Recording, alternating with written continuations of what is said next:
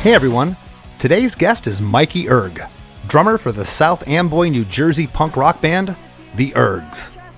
Together we break down the writing, recording, and inspiration behind the fan favorite song, Pray for Rain, taken off their 2004 debut album, Dork Rock Cork Rod. Mikey was gracious enough to share the demo of this song, a voice recording of just him singing and playing guitar. And the demo is almost identical to what was actually laid down to tape. Producer and recording engineer Chris Pierce was a fourth set of ears in the studio, but didn't go much beyond that role in the producer's chair, choosing to let the band be themselves.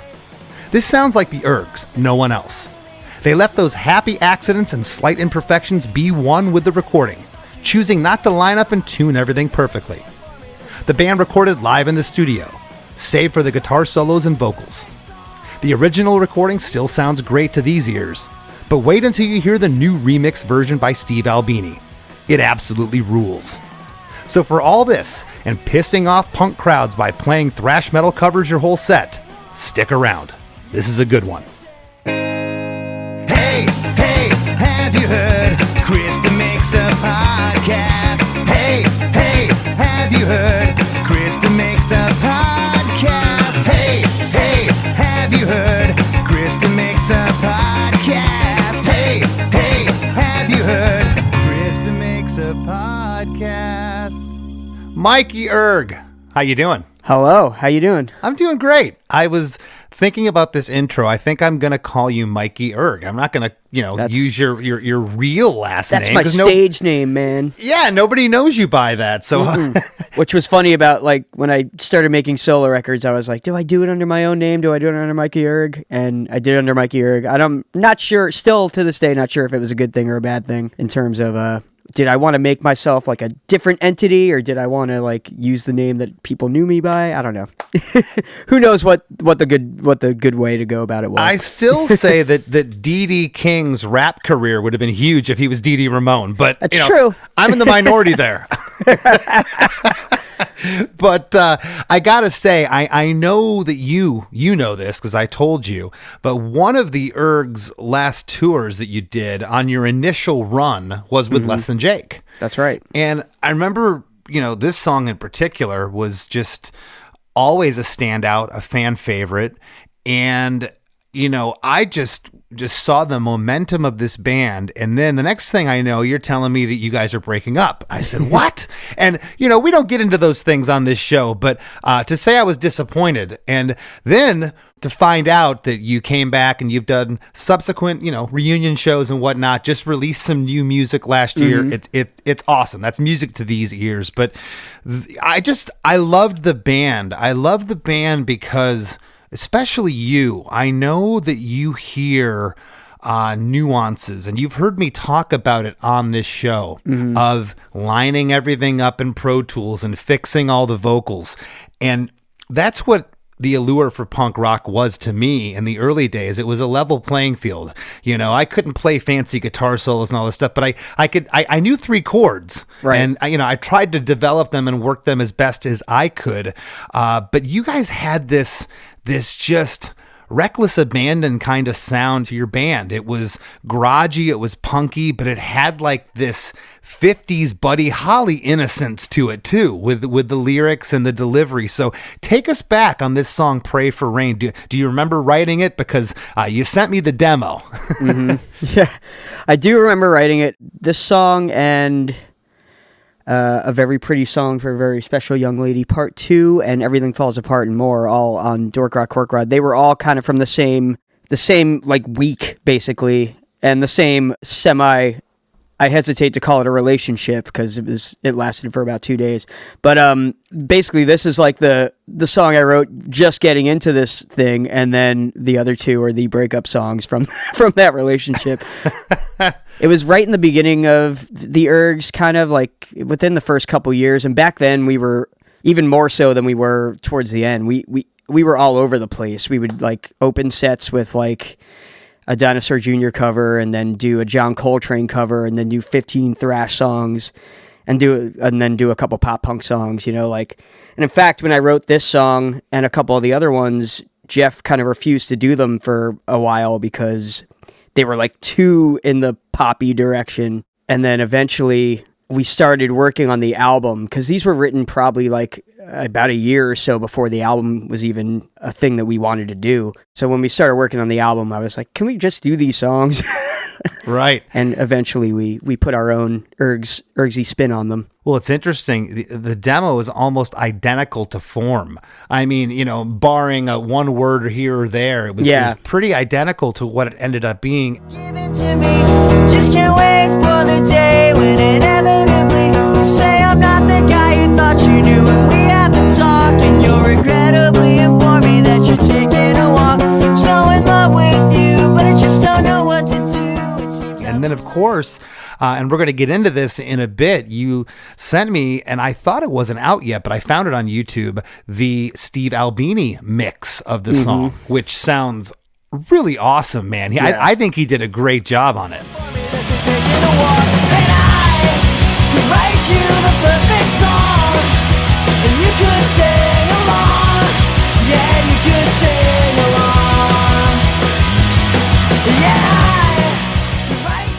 Yeah, we purposely didn't try to change it. In fact, but we also didn't reference the original mix either. So it was kind of just like a happy coincidence that we didn't really change all that much. We kind of just beefed it up a bit. My main concern with doing the remix was, you know, when we did this record, we did the record to tape, but we mixed it to, like, at that point, it was DAT. And I honestly think we mixed this to a CDR. And then sent the CDR to the mastering guy. Yeah.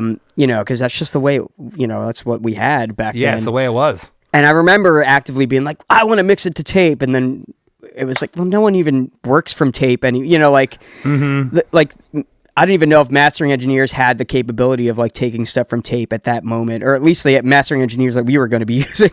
Right. So yeah, we mixed it to CDR, and basically I just wanted to, this was a good opportunity to get it into, like, at least high resolution audio, but we did mix it to tape. Right. Well, and Albini's the right guy, because as you know, he doesn't like to mess with the band's sound. Yeah. In fact, he said, for your fans, you don't want to change this too much. You just want to, you know, we basically just kind of tweaked it a little bit. Yeah. I think you cleaned it up a little bit. Like you said, it sounds a little beefier, but it doesn't lose the essence of what the original track was. At least for me, it doesn't. I just think it sounds fantastic. But, you know, certainly by 2004, when you did this record, Mikey, there were Pro Tools studios everywhere. Probably more expensive than they are now, but certainly you probably could have found a spot.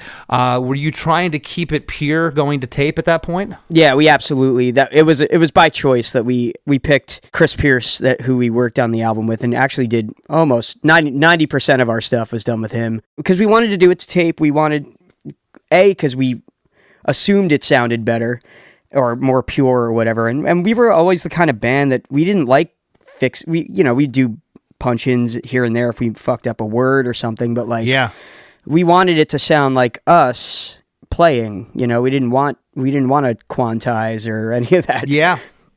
We did both of our records to tape. It was only recently, or only in the last, like, maybe a couple singles and the last kind of stuff that we actively started not using tape. In fact, we were going to use, for the second record, we had this plan to go out to Seattle, do this record at Egg Studios, and that kind of fell through for a second. So we were like, oh, maybe we'll go to Stephen Edgerton and do it with him. That'd be cool. But he didn't do tape, and we wanted to do tape. Like, we never wanted to use a computer to record. So that was definitely a choice. Well, and I gotta say, for everyone listening right now, I can't think of a harder working guy in punk rock. I mean, you're the true definition, I've said it a million times in the show, of a lifer. You've been on the road for the past 25 years of your life. You play drums, you play guitar, you play vocals. I'm sure you dabble in other instruments. You played for Star Fucking Hipsters. You played in the Dopamines, Dirt Bike Annie, Houseboat, Parasites,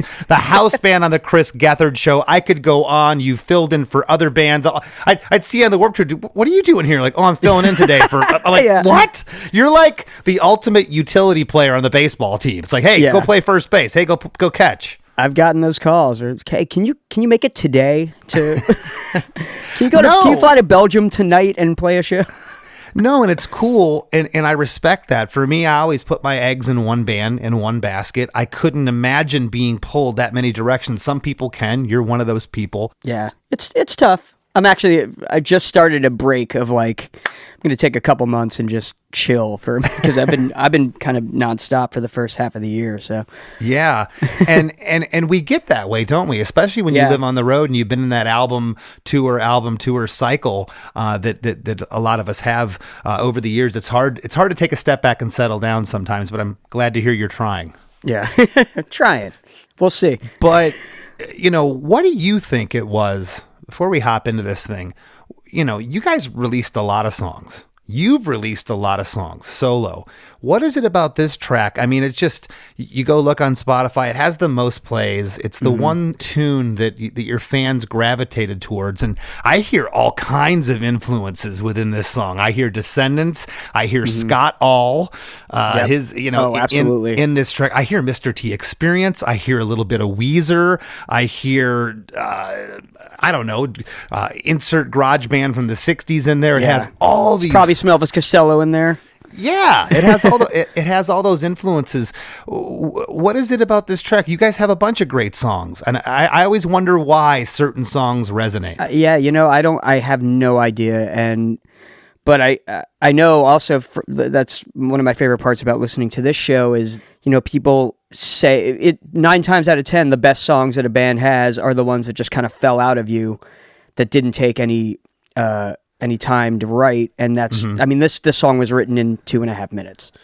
Like that demo. I can't remember precisely if that demo was just me freeform or if I had written the lyrics down really quickly and put it down on tape, but it was essentially the way I wrote it was the way it's played now. I almost thought that what you sent me was an isolated vocal and guitar track of the track at first. It sounded identical to it, the demo. Yeah, if you listen to it, you can tell it's probably about 3 a.m.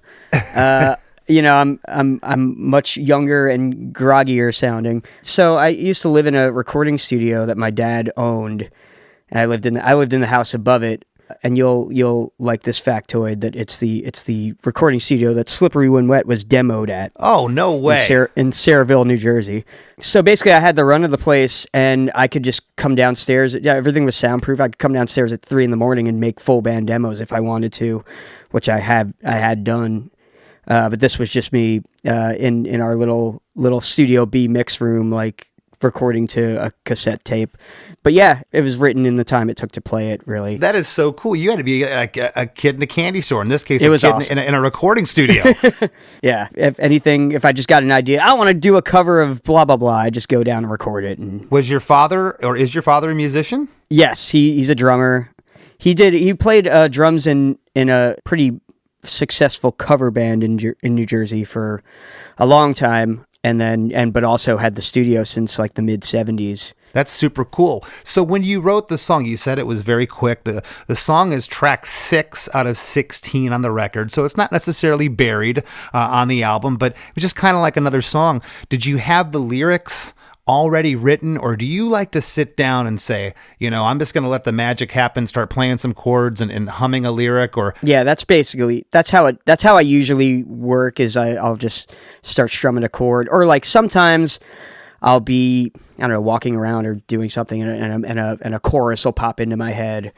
But with this one, I think I just started playing it and singing it, and it just kind of popped out. I was feeling it. Okay, now you said when you showed it to the guys, to Jeff and Joey, that they were a little hesitant at first, or what was the overall consensus? I don't remember why, but I think Jeff just thought it was a little too poppy, like a little too pop punk. Because like I said, back then we were doing a lot. We were a lot thrashier. We were kind of doing more like Descendancy, where it was like, there was melody there, but it was definitely more of like a, let's go as fast as we can. And yeah. And this, I definitely was like my kind of Elvis Costello-y, Beatle-y influences just kind of poking out. And I swear, all those bands were from Jersey. And you're going to laugh at this, but all the VFW, Moose Lodge, basement shows we did in Jersey in the early days, okay, there would always be some band on the bill. You know, it'd start at 12 noon at some church, go till 10 o'clock at night,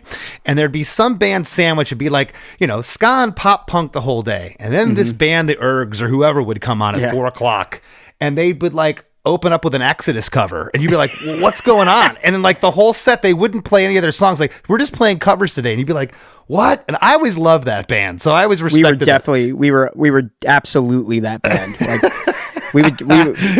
you'd be lucky in the early days if we were playing our own songs. We do like every Minutemen song, Black Flag, Replacements. We were kind of known as that. Any song you could think back that could clear a room in 5 seconds flat? We used to open with "Don't" by Dinosaur Jr., which is the last song on Bug. It's literally just Lou Barlow screaming, "Why don't you like me?" over and over again.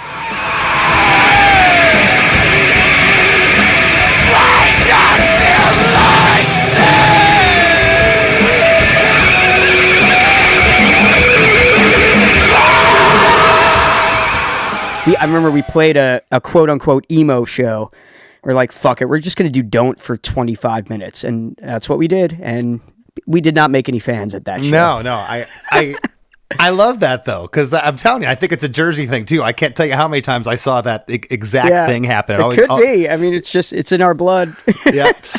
Well, I want to jump into this tune, and you may have heard me say this, Mikey, because I know you're an avid listener of the show, but there's songs that are 4.5 minutes that if they're just constructed so well, it just goes by in a flash. This song's interesting. It's only 2 minutes and 21 seconds, but it feels like a 3-minute song, not in a bad way. That's funny. Yeah.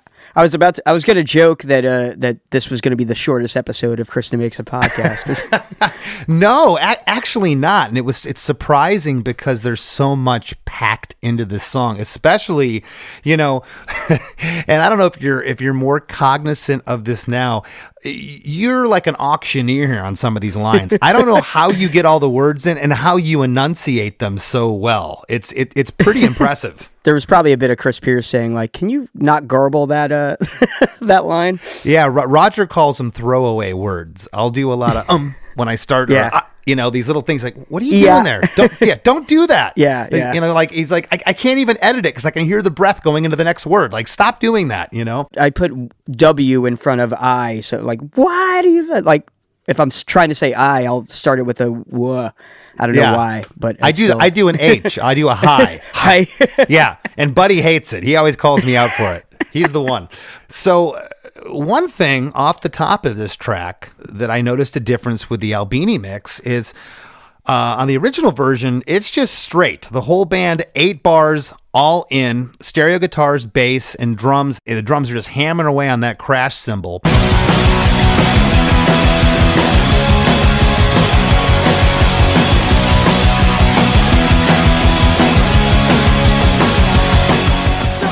But for Steve's remix, there's a big snare fill that starts it off. Yeah.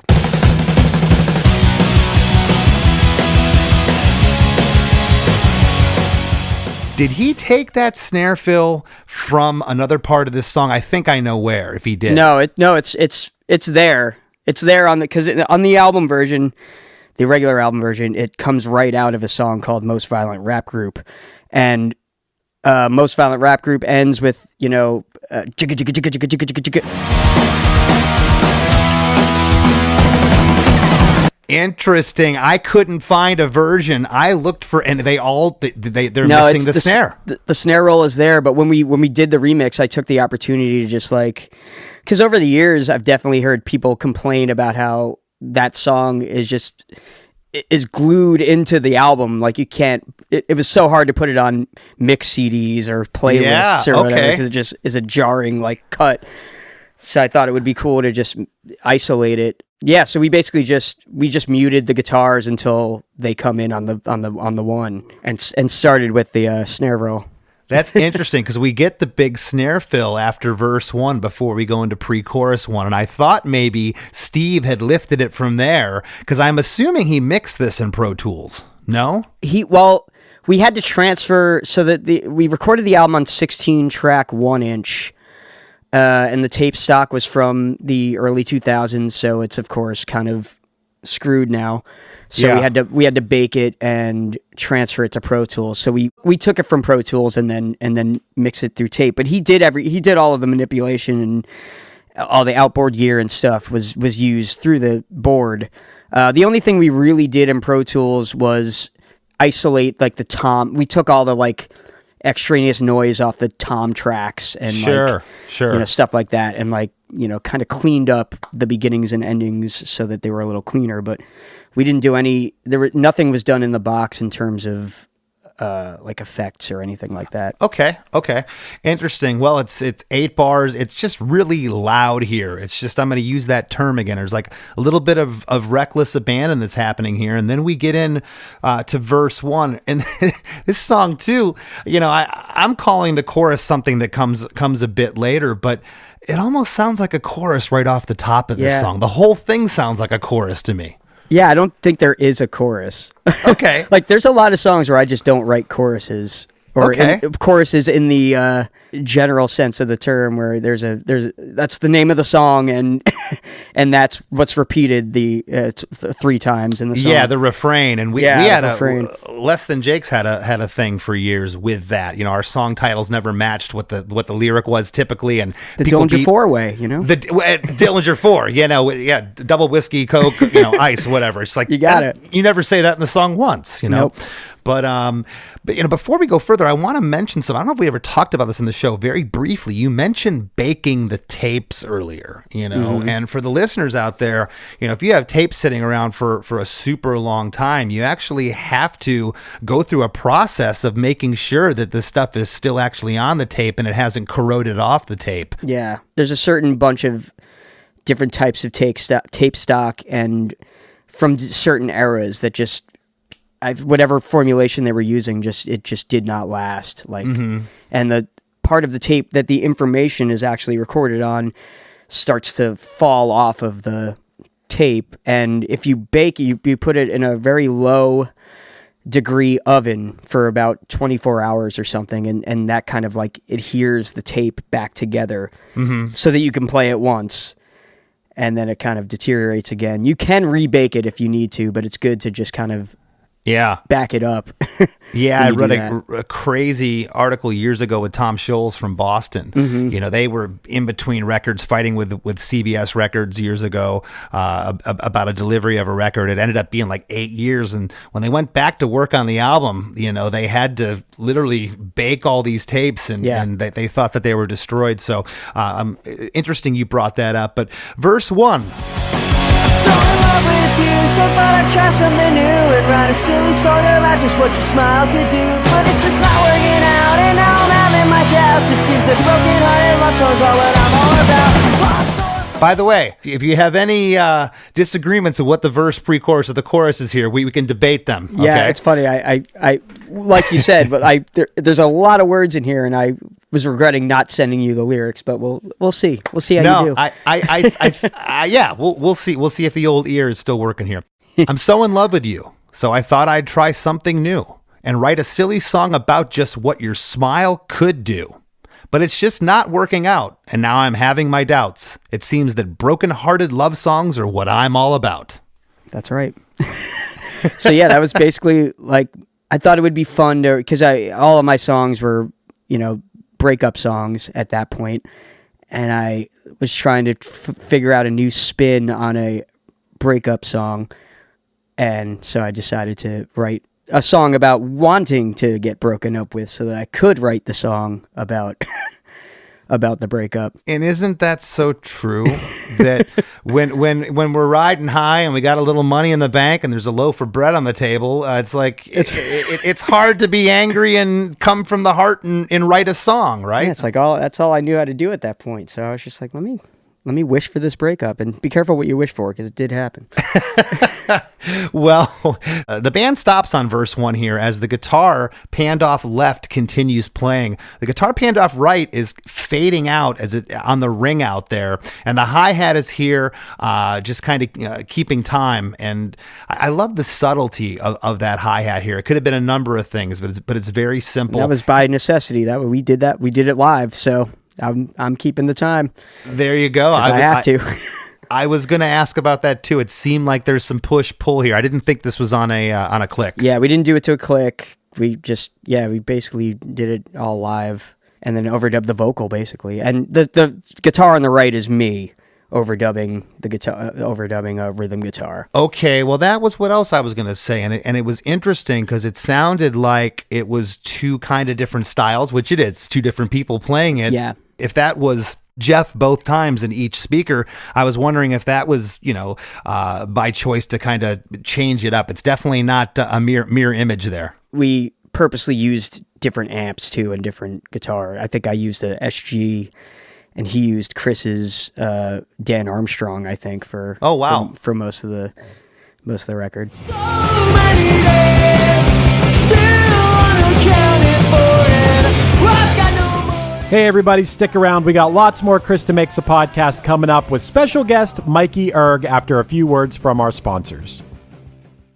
Hey, this is Chris Swinney, formerly of the Ataris and currently host of That One Time on Tour, part of the Sound Talent Media Podcast Network. Have you ever wondered what it's really like on the road? The highs can be euphoric, but the lows can be crushing. Join me every week as I chat with industry pros about what it's like living out their wildest dream and, in some cases, their worst nightmare. Past guests of the show include members of NoFX, Pennywise, Bad Religion, and more. Listen and subscribe at soundtalentmedia.com. Do you like to laugh, geek out on music, and learn all about that band or artist who had that one song back in the day, but then seemed to fall off the face of the earth? If so, you need to subscribe to One Hit Thunder. Together with an array of interesting and hilarious guests, we do a weekly dive into one-hit wonders like Eiffel 65's Blue, Krayshawn's Gucci Gucci, EMF's Unbelievable, Delamitri's Roll to Me, Los Del Rio's Macarena, Musical Youth's Pass the Dutchie, and even Patrick Swayze's She's Like the Wind. So are you subscribed to One Hit Thunder or what? As Desiree would say, you gotta be. And as K7 would encourage, you gotta come baby come and join in on the fun of the One Hit Thunder podcast. Come, baby, come, baby, baby, come, come. Come, baby, come, baby, baby, come. How do I know? Caroline told me so. And now, back to the show. Well, halfway through here on But It's Just Not Working Out, the bass and the drums, there's like this two hits that happen there, and the guitar panned off right comes in, and that guitar is now doing some moving chords. The last line, we get that big snare fill I was talking about earlier. I thought that was the one that maybe Steve lifted and put it at the top, but it's just another cool snare fill.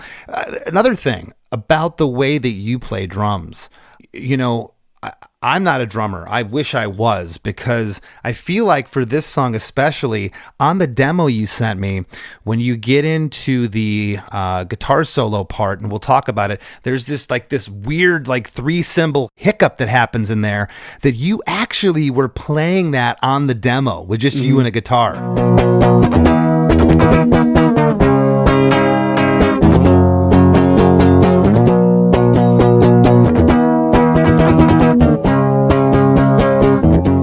And it sounded a little odd on the demo, and that part works musically, but it's definitely a little strange. And I always wish, again, that I was a drummer, because you can really, feel those things. What was coming out of your hand on the guitar ended up making it to the drum kit. Yeah, I mean, I'm a drummer first, and I that's the first instrument I learned how to play, and yeah, I really only picked up the guitar because I wanted to write songs. And I needed some way to accompany myself. And to this day, I basically decided not to learn anything other than how to accompany myself on the guitar. So I can't play any leads. I can't play any, I'm a rudimentary rhythm guitar player, and it's only because I wanted to write songs. Yeah.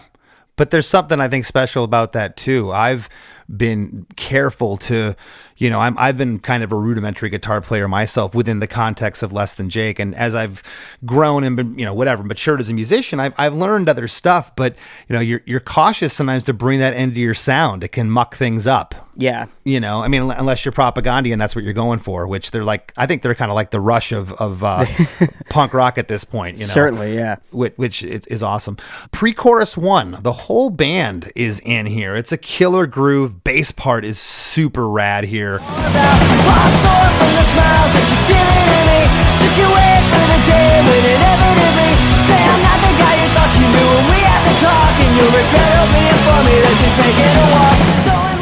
That crash cymbal, you don't let up on this. No. It's just kind of going through this whole track. Yeah, that's probably I crash on my ride. That's like, yeah. If I'm playing a ride, I'm not going soft on it. I'm crashing. Yeah, you're not just kind of hitting the bell or anything. You're going for it there. Well, the lyric is, while I'm sore from the smiles that you've given to me, just can't wait for the day when inevitably you say I'm not the guy you thought you knew when we had the talk, and you'll regrettably inform me that you're taking a walk. It's when we have the talk. Okay, have was what was on Google. I changed it to had because I swear that's what you're saying there. Yeah, when we have the talk, like when you tell me that you're breaking up with me, that's what you're going to say. When we have the talk. Okay. I also, and you guys were never ones to, really have any backing vocals. Was there a conscious decision to keep backing vocals off this track? Because there's certainly room for it. There's no conscious decision other than I didn't have any ideas and no one else had any ideas. So we just didn't do it. This album was done pretty kind of quick and dirty. Basic tracks were done in a couple days and overdone. I think we did sporadic sessions throughout a month or something, but it was probably done in 4 or 5 sessions, including mixing maybe. Yeah.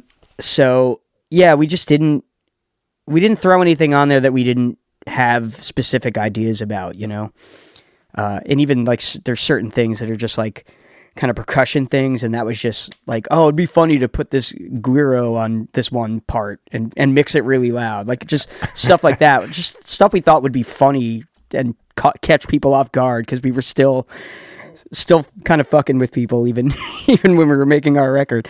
But no real reason other than I just didn't have any ideas, a lot of this stuff, what you're talking about, gosh, it brought such a smile on my face, Mikey, because I'm thinking back to, our first couple of 7 inches of records, we were throwing samples and weird noises on everything. And I look back now and 9 times out of 10, it's pretty cringy, but this works here. This works. Verse 2. The whole band, stereo guitars, drums, and bass, you're just still slamming away. That crash cymbal is just... right into that second verse. So in love with you, but I just don't know what to do. It seems I lose my inspiration when my heart's on a glue. Now I welcome the pain, oh yeah, I'm praying for rain to bring some dark black clouding sadness to this one sunny day. This may be my favorite lyrics of the tune. I love what it's saying here. So in love with you, but I just don't know what to do. It seems I lose my inspiration when my heart's not unglued. Now I welcome the pain. Oh yeah, I'm praying for rain to bring some dark, black, cloudy sadness to this warm, sunny day. More of the same sentiment, just give it to me. Give me that. Give me those rain clouds. Give me that. It's funny. I always kind of cringe at that heart's not unglued lyric because I just don't know whether it's awkward or not, but it sounded cool to me, so I just it's definitely awkward. It's awkward as hell, but it's great. There's a vulnerability. I haven't used that word to this song yet. You sound like you're almost unhinged singing this, you're almost on the brink of crying. Yeah. Kelly Clarkson was on Howard Stern the other day, and she was talking about how they were talking, I guess someone she co-wrote a song with, this woman, Gail, I think is her stage name. And she's a 19-year-old kid. And she just, Kelly was talking about how there's just that urgency and that the thing that comes with youth and, everything is the end of the world. And that's exactly how I was started referring to my current songwriting versus my songwriting in the Ergs was, it was the end of I was 21 years old when I wrote this song. it was the end of the fucking world. Like everything was over. Yeah. You know, like, so I miss having like but you know, when you grow up, you realize it's not the end of the world. There's, you know, life goes on, but I kind of miss the, you know, putting that urgency in the songs, like the urgency.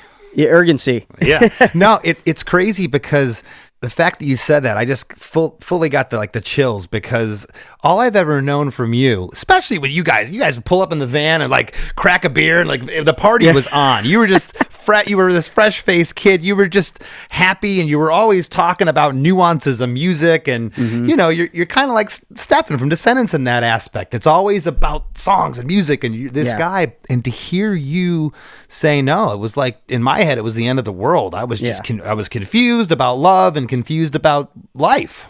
Yeah, absolutely. And yeah, it's funny to like, just think about how that's like the difference between the Ergs and like anything I do, anything I've done after that is just like, it's just a different type of songwriting. I feel like you don't do that type of song, for better or worse. You don't do that type of songwriting once you pass a certain age. Yeah. Well, we talked about this a second ago. I'm kind of chuckling at my notes here on this, on verse 2. I wrote, word jumble at its finest, but you can feel and hear the desperation in the delivery of the vocal. Great enunciation, by the way. Excellent. Yes. Yeah. I'm sure there was a bit of Chris saying like, do it again, enunciate more. I can't understand what you're saying. I was going to ask about Chris's role. I mean, it sounds like he came in and just captured the band, but it sounds like when you went to do the vocals that he would say little things. How did that help you? I mean, one of the reasons we liked working with him was because he was a, you know, kind of hands off. He wasn't telling us to do to put a bridge in, or, you know, do the chorus a third time or anything like that. He was just there to capture everything. But he was, you know, when I was doing the vocals, he'd do things here and there, like, oh, maybe try that a little higher, or like he would always say like smile, because like when you smile, you're a little less pitchy, I guess, or something. Like he would always have like those. He was very helpful when I was doing the vocals, definitely, because he would give me pointers and things like that. And we doubled a few things because he was very into doubling, and he convinced me by saying that John Lennon used to double, and I never knew. I was just I never knew what made those Beatles records sound like that, but it was the doubling of the vocals. I still don't really love my vocals doubled, but the choruses are doubled in this song, and actually on the Steve Albini version, those are brought out a bit more, which I think is kind of cool, actually. I could hear it. I thought it was really cool. Well, pre-chorus comes right on the heels of verse 2 here. Sore from the smiles that you've given to me. Just you wait for the day when inevitably you say I'm not the guy you thought you knew. We had the talk and you regrettably informed me that you're taking a walk. There's a slight lyric change here. There's no while I'm sore. It just starts off with sore from the smiles that you've given to me. Just can't wait for the day when inevitably you say I'm not the guy you thought you knew when we have the talk. That's right. And you regrettably inform me that you're taking a walk. And I think Mikey, that grammatically confused me, and why I thought it was have. It's you say I'm not the guy you thought you knew when we had.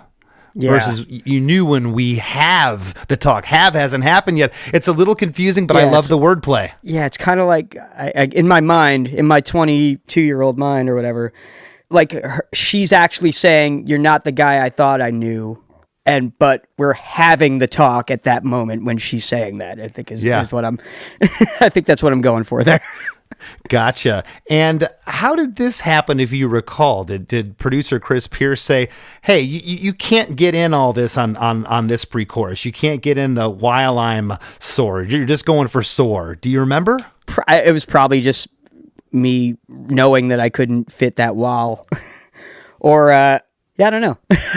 It's probably me just not being able to fit it in, and just to where you left off on Warm Sunny Day in verse 2. It would probably have had to have been an overdub. And again, you're thinking in a live setting, and that's why this feels live, and it was cut live, because you know, at least at this point in your career, you're still thinking from a live sense. We did too. My first records were always like, well, how's this going to translate live? And the first producer I ever said to me, well, that doesn't matter. We're making a record. It's different. I was like, what are you talking about? Like all I Still know got to is play it. yeah, all I know is live, Yeah. But besides that slight lyric change, it was the same there. And then at all of 58 seconds, and I can't believe how much information has hit me as a listener up to this point. Again, it doesn't feel like it's only been a minute. It feels like a full, big, complete song. It's actually funny when you told me how long the song was, because I thought it was way shorter than that. Oh, you did? Okay. Okay. I was like, this song's only like a minute and a half long. But 58 seconds, we're in what I'm calling this part the chorus. Yeah, it's the only part that repeats. And I could write you the perfect song, and you could sing along. Yeah, you could sing along. Yeah, I could write you the perfect song, and you could sing along. Yeah, you could sing along. And I think you mentioned a second ago that there was some vocal doubling on this song I had written down. Was this double? This is where I hear it. It's only when I compared the old mix and the Albini mix that I realized that, oh yeah, it is, the double is way more prominent in the remix. I'm sure I made Chris turn it down on the original mix because I was anti-doubling at that point. Something that I haven't talked about too much on the show that I want to bring up right now. It's where the downbeat is on this lyric. So I'm going to read the lyrics real quick. And I could write you the perfect song, and you could sing along. Yeah, you could sing along. Yeah, I could write you the perfect song, and you could sing along. Yeah, you could sing along. The downbeat here is I. The and is still kind of attached to the pre-chorus. Mm-hmm. And I never thought about that. When the chorus comes in on the one beat, on that downbeat, your lyric, a lot of times in songs, a lyric can start before the chorus lyric. It can start on the beat, or the beat can come in and the lyric could start after. Right. It all depends how you want it to hit the listener. I love where it hits here. I certainly, I don't think I was thinking about that, but it's just what happened when I played it. Right, because it could have been jing, I could write, but it's not. It's I, right on the downbeat. And those are things that as a younger songwriter, they never entered my mind. When I had a producer bring that to me one time, he's like, well, yeah, the chorus could start somewhere else. I'm like, what do you mean? The chorus starts right here. He's like, yeah, but look where your vocal is. Huh? He's like, yeah, back your vocal up a little bit. Now that's what I wanted to hit harder, and I never thought about that. Well, that's funny. I mean, because I'm sure it was the opposite for me. It was just me not knowing what I was doing and starting there, Yeah, which is great too. And isn't there something beautiful about not knowing things like that? Yeah, I mean, I think some of the best songs are written by people who don't know what they're doing. I know. And sometimes I overthink stuff. And sometimes I have to hand off things to my bandmates or a producer and say, I don't know what's best for this part. I don't. Yeah. I was hearing it this way, and now you guys are telling me something different. And now my head's going, and right. That's that's good and bad. I've learned to harness that, but it can definitely get you a little bit scatterbrained in the studio. The band goes halftime on the last line here for a second before this drum fill takes us into the guitar solo.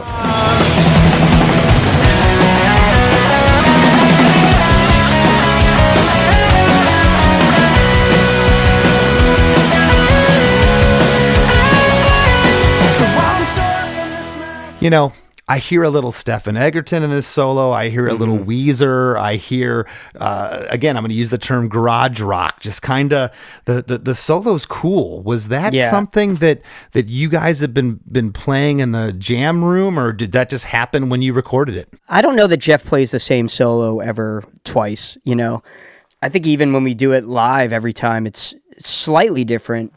Like unless it's like a riff that we've Joe and Jeff used to just kind of like, if there's a verse, like a break in the vocal, they'd put a riff there, like do, something like that. And that stuff kind of stays the same. But I feel like I've noticed that Jeff doesn't really, he sticks to the feel of it, but I don't know that like the exact, I think it was probably just an improvised solo that just worked at the time. Gosh, I wish I could do that. Even with my vocals, like I just find like I try to stick to certain things and I don't go too much outside of that box. And there's other guys that just can't understand that train of thought at all. Right. They're more like they're more like Jeff going, no, I'm just gonna play with feeling from the heart and Yeah, I feel like that's what he does. And there, but there's definitely some Stefan in there. There's definitely some Greg Ginn influence. But yeah, I'm sure he probably just played that solo once and then never played it again. Right around bar 3 in this solo, bar 3 of 8, just before it, we get that 1, 2, 3, that weird cymbal thing that you do that was on the initial demo. I say weird. It's not weird musically. It's just it's a little jarring coming in there. And again, I just think that's so cool that I heard your percussiveness of your right hand playing that part on the demo, and it got translated because, as you said, first and foremost, you're a drummer. Yeah, I can't remember if I dictated that to them or if it was just in the demo and I just did it and they followed along with me or whatever. Yeah, like I don't remember saying like this has to be right here at this time, but it was obviously in my head the entire time. Well, we get out of this solo, we come right into pre-chorus 3, and this part again, all 3 parts, the verse, the pre-chorus, and the chorus, they're all just so catchy in their own right. And it's interesting, what I'm calling the chorus in this song only happens twice, but the pre-chorus happens 3 times. Right. So I'm sore from the smiles that you're giving to me. Just can't wait for the day when inevitably say I'm not the guy you thought you knew. And we have the talk and you'll regrettably inform me that you're taking a walk. We only get a slight lyrical change on pre-chorus 3. It's so while I'm sore. You get a so in there. So you're adding more words at the end of the song. So I had more room. I wasn't singing before it. So again, and I'm assuming that that was just kind of off the cuff. We weren't we weren't copying, pasting the second pre-chorus into here in Pro Tools. Everything was the tape. I'm sure I probably did one take of vocals and then fixed whatever pitchiness or whatever. I'm not sure exactly how I did it, but I know he would just let me go and it was to tape and you would punch like anything that was wrong. Yeah, just come back in and fix a word or fix a line. So pre-chorus 3, the ride cymbal is now keeping time. I like that. Okay, you get away from that hi-hat at the top. It's a breakdown here. Am I hearing bass harmonics in here with sporadic bass notes? Giving to me, just can't wait for the day when inevitably say I'm not the guy. I think, man, I haven't paid attention to it in a while. I think there's some harmonics. And then the other thing I noticed, Mikey, was, and I don't know what the proper term for this is. I'm calling them neck string plucks. So it's like down by the tuning pegs. Okay. Oh, you take a pickup there. Is that what's happening? Kind of panned off left. I'm hearing that here. That is not in the Steve Albini mix. Huh. It could be. I'm not sure. I'll have to listen to it. Jeff wasn't one to do that really, so I don't know. Okay. It could just be some weird, I don't know, noise that was on the... Okay. But yeah, it's weird that if it's not on the Albini mix, I'll have to listen to it. Where it's mixed on the original recording, it's definitely there, and it's like, what is this? It's like... It almost sounds like if it was mixed louder, it wouldn't be long. And I'm wondering if that's what Albini heard. And he's like, this doesn't really need to be here.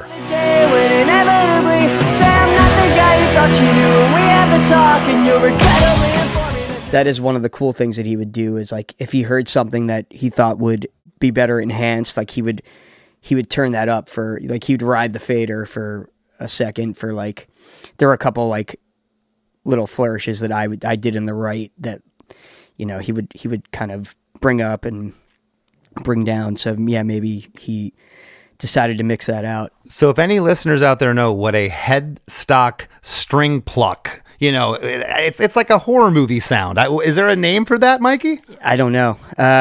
It's a little plinky.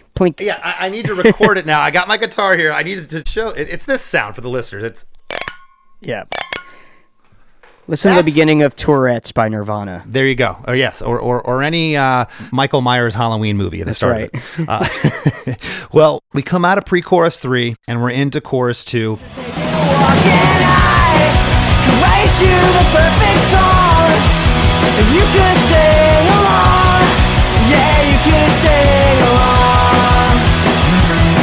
When I write you the perfect song about how everything's gone wrong, and you could sing along.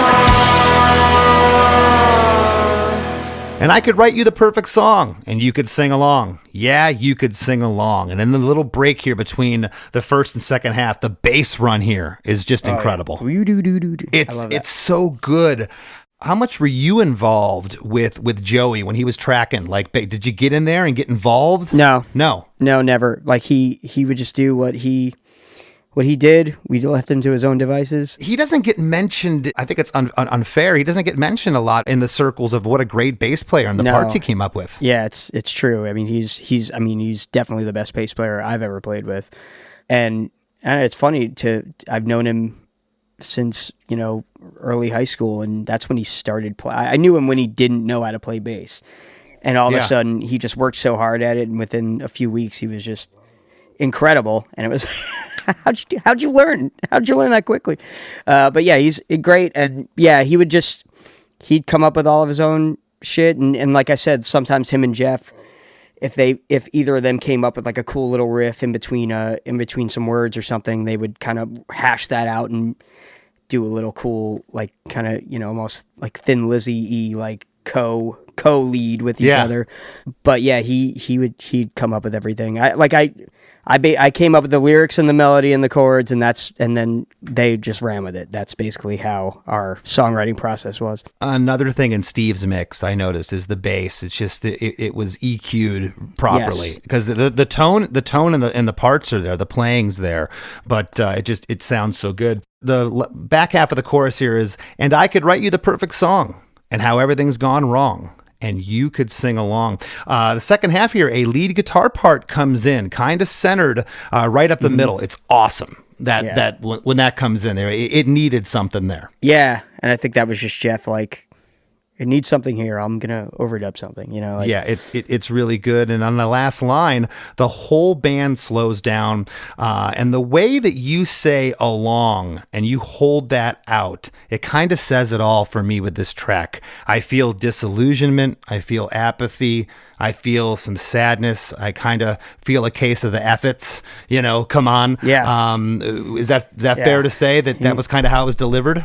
Absolutely. Yeah. Yeah. Mm-hmm. I love that. And then something that's not on the Albini mix, that's on the original, unless this was supposed to be for the next song, I don't know, but there's a spoken word. I just called the girl that I go out with long distance. She told me she doesn't want to go out with me anymore, and then she hung up. Fucking hung up on me long distance. I guess then when I get back home, I'll be alone again. I have a question about the spoken word. That's you pitch shifted, right? No, it's Henry Rollins. What? It's from, the statute of limitations is probably over. We probably won't get sued, but it's a sample from Henry Rollins' Get in the Van audiobook. Oh, okay. And I read Get in the Van. I never heard the audiobook, but I somehow missed this. And I just called the girl. So this is on the fade out of the song. You can still kind of hear the instruments kind of breaking up. And it says, I just called the girl that I go out with long distance. She told me she doesn't want to go out with me anymore. And then she hung up. Fucking hung up on me. Long distance, I guess. Then when I get back home, I'll be alone again. What was the deal with that? Just wanted something fun on the end? Yeah, we used to listen to, it's like you said, we'd put samples all over everything. We'd do whatever. We listened to Get in the Van every van ride, I think. It was just, we were just obsessed with it. And yeah, I don't know. I just thought it would be funny to put that at the end of the delivery of Henry there and the way that you speak and you pause, I swear it was you pitch shifting. I'm like, that's Mikey. That's so funny. No, yeah, it's a Henry Rollins sample, and fun fact, it is not going to be on the remix. Okay. And only because we wanted to do something different with it. We actually wrote Henry to see if he would actually do it for us, and he politely declined. we asked Steve to do it, and he politely declined. So we figure we'll just leave it as is. I kind of like in the remix, you kind of hear us kind of like blink, blink, blink, like falling apart, and I kind of liked the way that sounded. And I got to ask something I haven't asked. What was the reason? Are you doing a reissue? What was the reason to remix this song in particular? And did you do any other songs with Steve that he remixed? We did the whole did the whole record. Wow!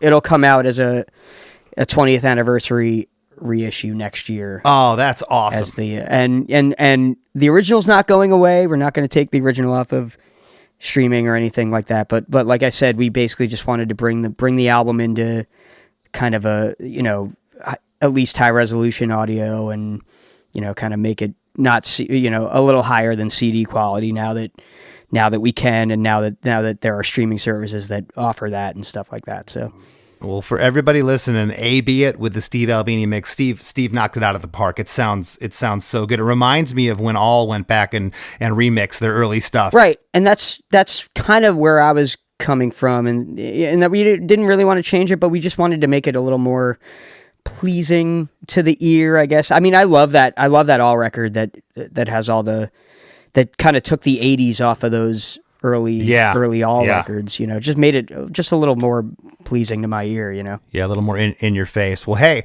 before we break here, what's coming up with you, the band? What do you want to plug? What do you got? Well, the Ergs we're going to be playing some sporadic shows. We have nothing booked at the moment, but you guys playing Fest this year in Gainesville? We're not playing Fest. I'm playing solo, but we're not going to play. We played last year, so we're going to give it a rest this year. But we are, we're planning on. So basically, next year is we're going to gear up for we're reissuing the record in hopefully June for the 20th anniversary, and then we'll probably do Weekend Warrior stuff, and hopefully doing some overseas stuff and stuff too. And I got some solo stuff coming up, like just regular shows here and there. I have 4 solo albums that people can check out if they're so inclined. And I don't know, same old shit. Just look out for some Ergs goodness next year. Heck yeah, man. Well, hey, thanks so much for not just being on the show today, but for listening and all the kind words recently when we hung out, man. It means a lot. Thank you. What does it mean when you can't let this go?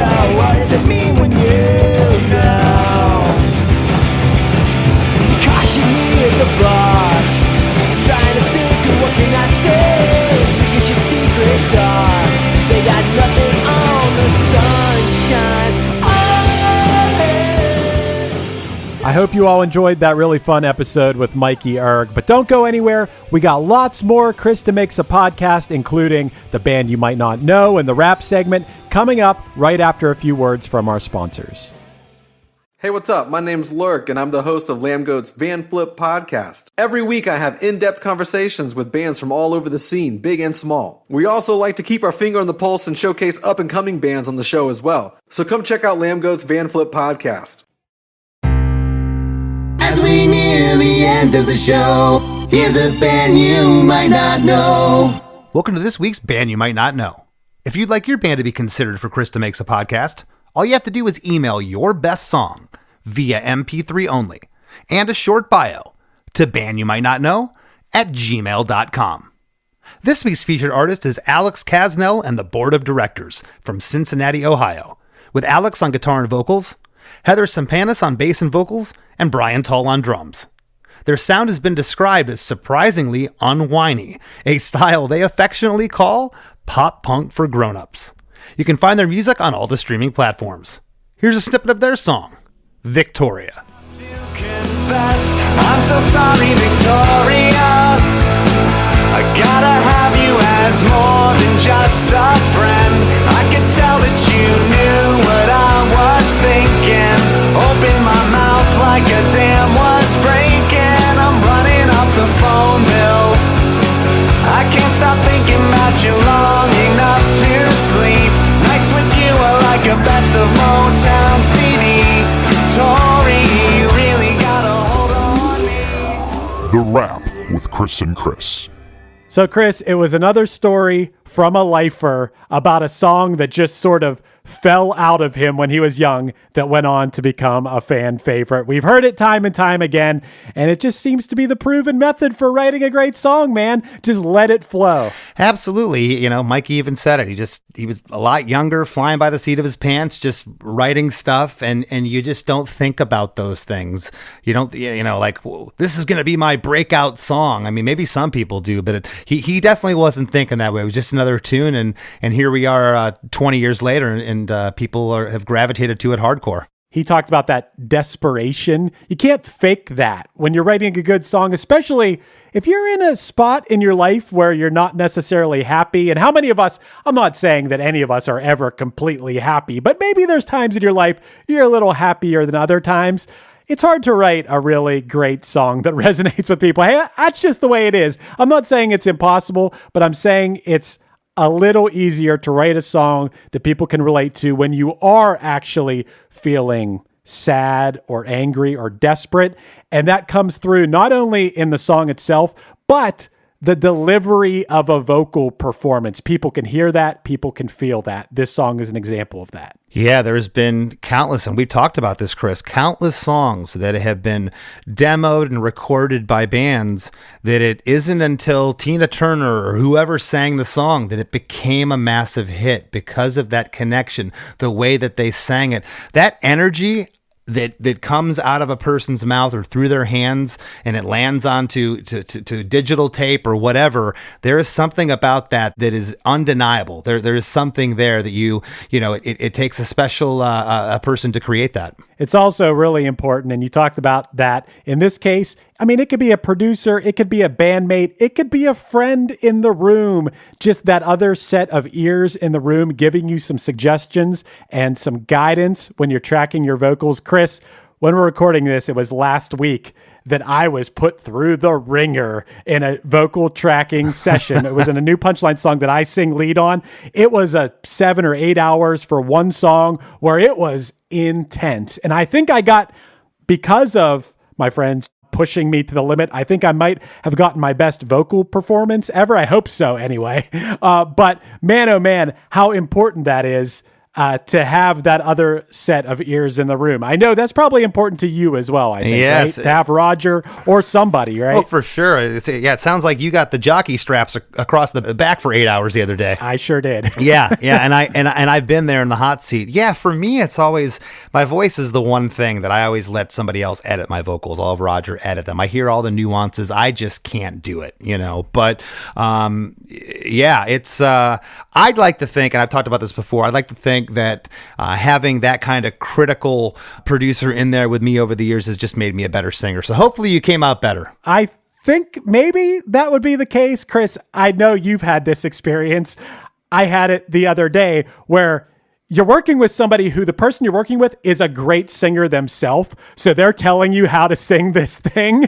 And you're like, oh my God, I wish I could emulate what you're doing right now. Like, I want you to breathe in on this line and I want you to swoop up and then I want you to come down on, and you step up to the mic and it's time to deliver the line. And it's just like someone's pitching a baseball at you and you just step up and like, okay, here we go. Yeah. Is it going to happen? And sometimes magically it does, but it is hard, man. It takes a lot of takes. Sure. And it sounds like, Chris Pierce, this producer, really was just a recording engineer. Mikey said he wasn't in there trying to, hey, you should put a bridge part here, but he was that extra set of ears. He was the extra person to bounce an idea off of. And sometimes that's really crucial in the studio. Hey, I also love the story you told early in the episode about how, you got to talking to Mikey about this, how they would just go out and do what they want with no regard to what the audience might think. Yeah. I don't think that that's like something I've always dreamt about doing, because you know what band I always heard about doing that, especially earlier in their career,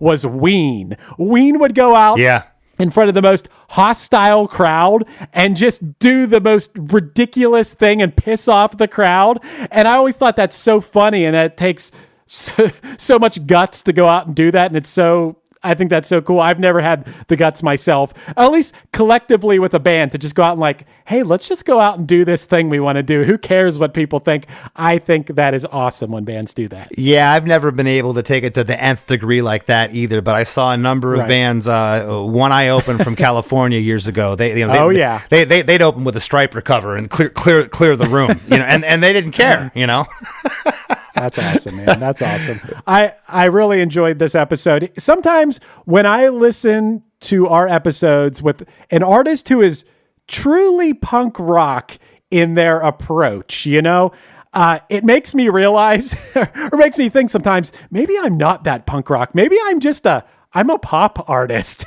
Like I want everything to be so pristine, and it doesn't need to be to resonate with people, and to be a great punk rock band. And I think that's what Mikey is, and I think that's what the Ergs are. Yeah, and they have their own sound because of it. If you were to take this band and line it up on a grid and a click, tune all the vocals, make sure all the guitars are perfectly in tune, all the drum hits line up, then it's going to sound like some stale pop punk band, run of the mill, and it doesn't sound like that at all here. It really is. It'd be very easy to take a band like the Ergs. Yeah, like you said, put them on the grid, make everything pristine, and all of a sudden you're going to lose a big chunk of what makes this band special. Yeah, you're gonna lose that personality, and I'll say it again. Sometimes that personality that comes across and lands on tape, it can't be replaced. Speaking of tape, Chris, real quick, I never heard in my life, I don't know, I must be living under a rock, about people baking the tape. Mm-hmm. I can't imagine doing that. That's crazy. I've never heard of that. Yeah, there's like a tape oxidization that happens, and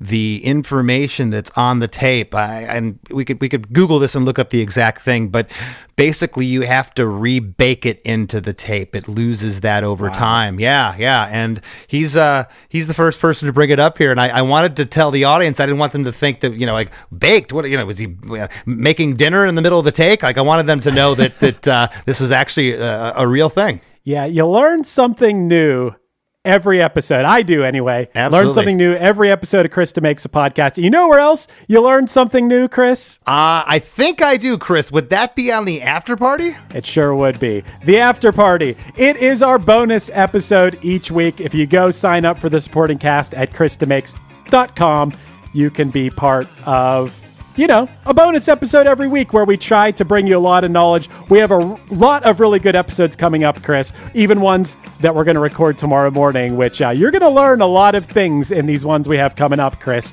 as are our listeners. Well, I can't wait. Again, go to chrisdemakes.com. You can sign up for the supporting cast, and you'll be helping Chris and I out. If you haven't already, please give me a follow on Instagram at LessThanChrisD. And I'm still doing those custom songs. Get at me. chrisdemakes@gmail.com. I'd love to write you with that special someone a song or even a jingle for your business. Hit me up, chrisdemakes@gmail.com. And I want to thank this week's guest, Mikey Erg, for sitting in the hot seat. And we'll see you next week.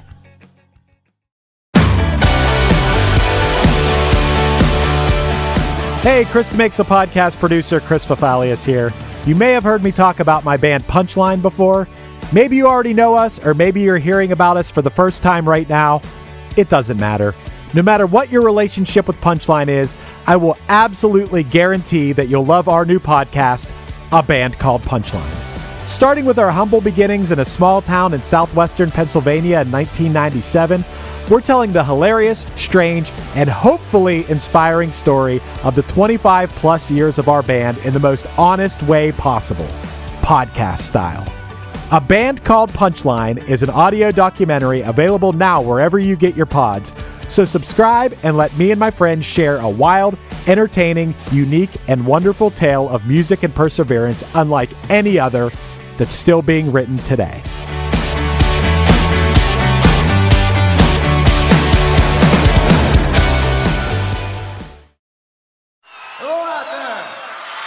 Yes, hello out there, everyone. I'm Hal Schwartz. And I'm Flynn McLean. Together we host None But the Brave, a podcast dedicated to the music and career of Bruce Springsteen. Bruce and E Street Band are on tour right now for the first time in 6 years, and we're taking a detailed look at what's happening on stage in our bi-weekly episodes. We've also been recently joined by some very exciting guests, including rock journalist Warren Zanes and Stephen Hayden, Backstreet's Magazine founder Charles Cross, and Barstool's Kirk Minahan. If you're a diehard Springsteen fan, this is the show for you. So please subscribe to None But the Brave on your favorite podcasting platform, and we hope to see you further on up the road. Thank you so much. We'll be seeing you.